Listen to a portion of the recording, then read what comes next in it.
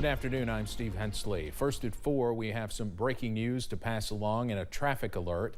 A portion of the Mountain Parkway is closed right now following a crash in Wolfe County. Officials with the Kentucky Transportation Cabinet say on social media the road is closed at milepost 49 and they do not know how long the road will be closed. We do not know how many vehicles are involved. We do not know if anyone was hurt.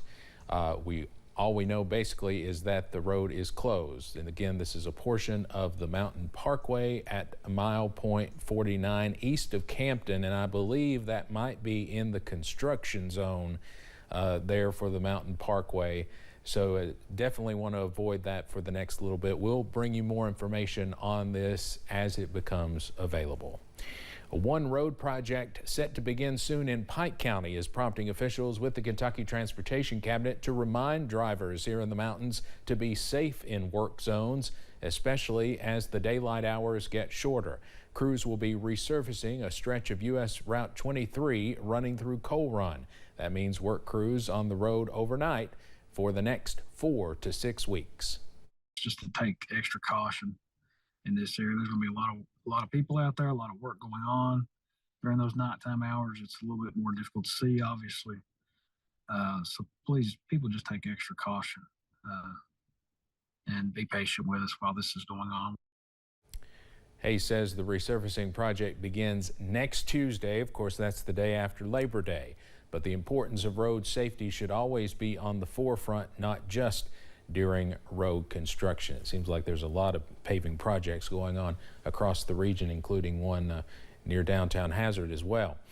Well, one school nurse in Perry County is highlighting the importance of testing children for vision and hearing problems as the school year begins. Experts at the Centers for Disease Control and Prevention say 1 in 4 kids have a vision problem, and nearly 15% of school-age kids have some form of hearing loss. School nurse Brittany Inguajato says both can negatively impact a student's ability to learn. If a student's not able to see the board, or if a student's not able to focus, without having trouble on what that teacher may be going over and the content that they're going over, it plays a large role in what they're comprehending or not able to comprehend. She says the school staff does regular hearing and vision tests on students to ensure no students struggle in the classroom. WYMT's Olivia Calfee will have more on this tonight at 6. Kentucky state regulators have rejected a proposal to offer discounted electricity rates to a Chinese company planning to build a large cryptocurrency mine in Lawrence County. The Lexington Herald-Leader reports the Kentucky Public Service Commission denied the deal in an order yesterday.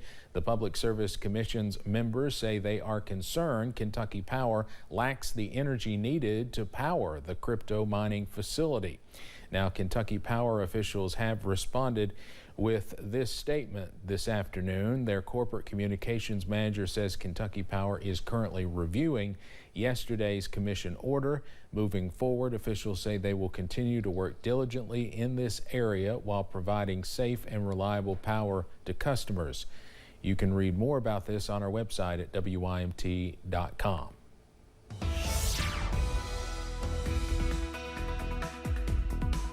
Gloomy weather continues across the mountains into your Tuesday. We are watching out for more showers and storms out there. Also some cloudy conditions and some cooler air as well. Here's a look at First Alert Pinpoint Doppler right now, and scattered showers and storms do continue.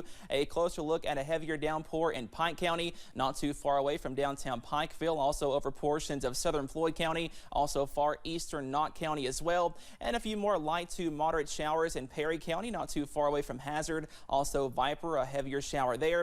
And more light to moderate showers in Magoffin County, stretching into Johnson County, also down US 23 to Prestonsburg near Floyd County as well. Some more light to moderate showers are possible. And if you're traveling on I-75 this afternoon, more spotty sprinkles cannot be ruled out as that gloomy weather does continue from London to Hazard to Pikeville. Temperatures in the 70s right now, and those dew points in the 70s as well. So it's muggy out there, but we are well below average in the middle to lower 70s. 73 for Jackson and Somerset, 76 in Manchester, 78 over in Pikeville at this hour. As we go into this evening, Also into tonight, we are watching out for a few more spotty showers, but some good news, some drier and cooler air on the way. Enjoy it though, because more heat is also on the way by the holiday weekend. Those details coming up in just a few minutes. Steve? All right, Cameron, of course, the big weather story across the nation today is Idalia. It is gaining strength as it barrels toward Florida's Gulf Coast. The hurricane is expected to make landfall Wednesday morning, likely somewhere north of Tampa, possibly in the Big Bend area of Florida, a place where a major hurricane landfall is rare. CBS's Larry Seward has more from Tampa. The outer bands of Idalia are bringing rain to the Florida Keys as the storm intensifies and makes its way north. Residents along Florida's Gulf Coast are bracing for a major hurricane to make landfall less than a year after Hurricane Ian slammed this region. It's disheartening to have another storm come this way, and you start to wonder, are we going to get hit over and over and over again? 22 counties are currently under some type of evacuation order, with Idalia threatening a 12-foot storm surge in some areas and the potential for at least 111 miles per hour sustained winds. This is going to be a major hurricane, likely a Category 3. So everyone just remain vigilant, continue to watch and listen to the local orders that you receive from your local emergency management personnel. Here in Tampa, forecasters say storm surge could hit 7 feet, which could cause significant flooding in one of Florida's largest cities. The governor says now is the time for people to seek higher ground. You don't have to go hundreds of miles. You can go to a shelter in a different part of your county, go to a friend's house. Idalia dumped heavy rain and caused flooding in parts of western Cuba. Forecasters say it's a sneak peek of what residents along Florida's Gulf Coast will see tomorrow. Larry Seward, CBS News, Tampa, Florida. Florida Governor Ron DeSantis also said the storm's track has shifted slightly to the west.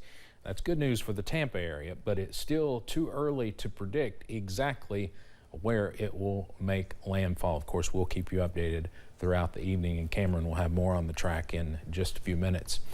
A Lexington-based emergency disaster team is making their way to Florida to help. About 100 members of EDS are en route to Sarasota. They are heading to a site they already have set up there. They will provide services to help major utility companies. And as soon as the storm passes, more EDS workers will move to a semi-permanent site to provide base camp services. EDS says their base camp gives crews things like shelter, food, and showers. Within 24 hours, we build an entire city that will house upwards of 1,000, sometimes 2,500 individuals who are all there either from a public safety standpoint or they're there as a utility operator.